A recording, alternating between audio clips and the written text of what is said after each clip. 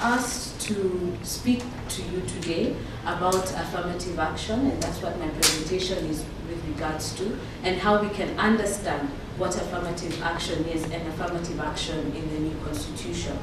So I think it's important for us to introduce the institution of FIDA Kenya, because perhaps not everyone is familiar with the work that we do. FIDA Kenya, which is the Federation of Women Lawyers, is a non-governmental organization. We work here in Kenya. We've been in Kenya since 1985. And our main work is around promotion of gender equality.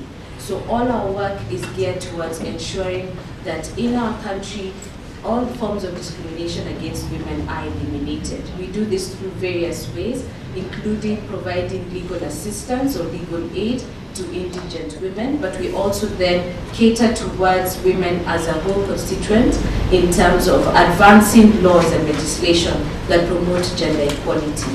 So with regards to affirmative action, this is something that is dear to us as an institution, because for a number of years, women have been discriminated against. So we work towards ensuring that there is an ability, or there's a level playing field for both women, men and women in this country. But just to define affirmative action, it's simply put, policies that take factors including race, color, religion, gender, or national origin into consideration in order to benefit an underrepresented group, usually as a means to counter effects of history of discrimination.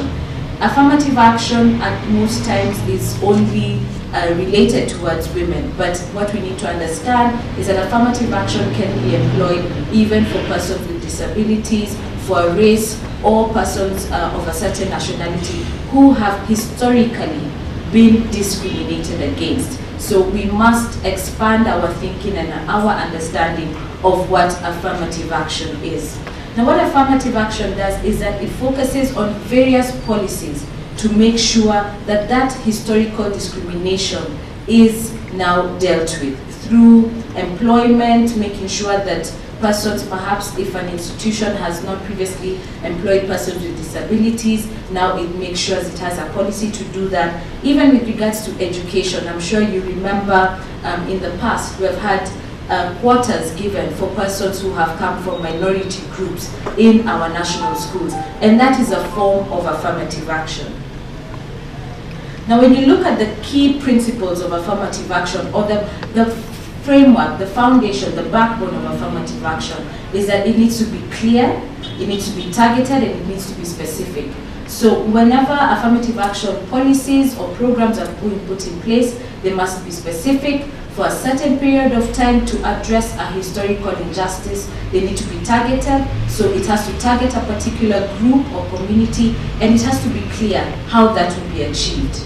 Affirmative action, another key principle around it is it needs to be time-bound, like I said, and subject to periodic review to assess its impact. So for instance, if we take it very simply, in a simplistic manner, if you had a class which only had 10 women, and you say now we are going to ensure that there's affirmative action in this class to level that historical discrimination that has only enabled 10 women to be in this class, you will say we will ensure that for the next year we're going to make sure that we have at least 4 men coming to join this class. So then even as that is done, you see it has to be clear in terms of you're trying to introduce more men to the class, and it's for a specific period, and you review so that you never have then a situation where you have now more men than women. And that's how you are enabled to have a key principle of affirmative action in terms of periodic review. Now, another key principle is that it has to be designed to address past disadvantage and accelerate progress towards equality.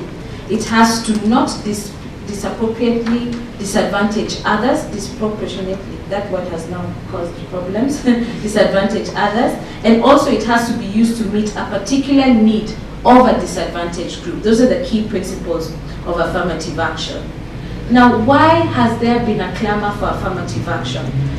Because as a state, and even as persons in the global village, we have realized that we've been moving on, leaving a key constituent behind, be it women, be it persons with disabilities, So it tries as much as possible to address the past wrongs, and that is why we must have a lot of support for affirmative action.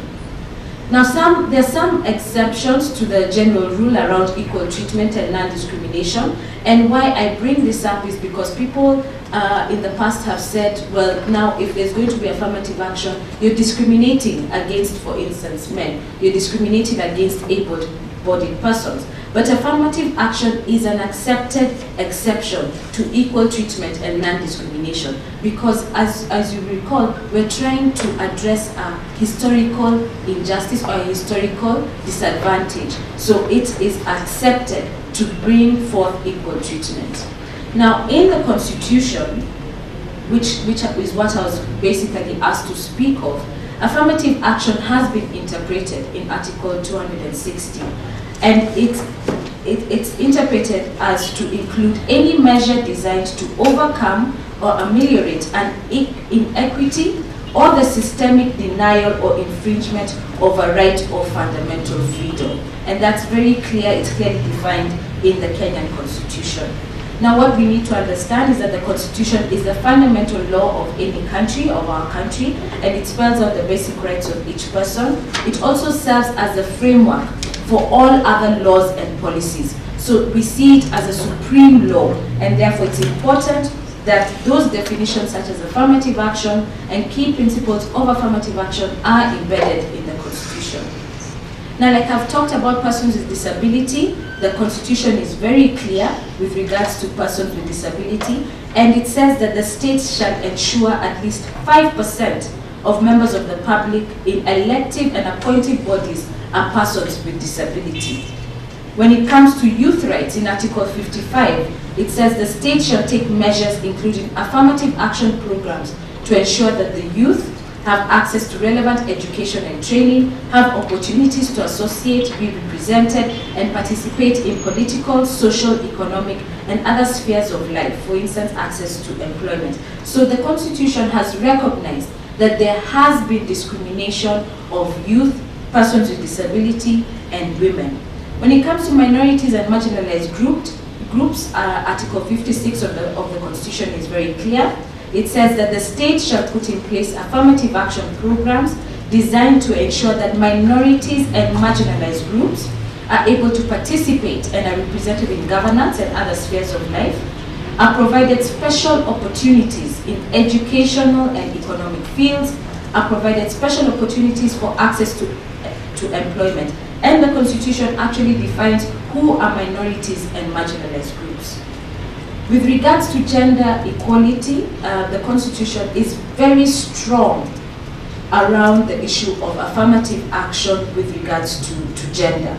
And even in the preamble of the Constitution, it recognizes that all Kenyans want to ensure that we have essential values being human rights, equality, freedom, democracy, social justice, and the rule of law. So our Constitution really takes cognizance of these wishes and views of the Kenyan people, that we want to be fair, we want to treat people equally, we want to respect human rights, we want to be a democratic institution, and the preamble is very strong on that.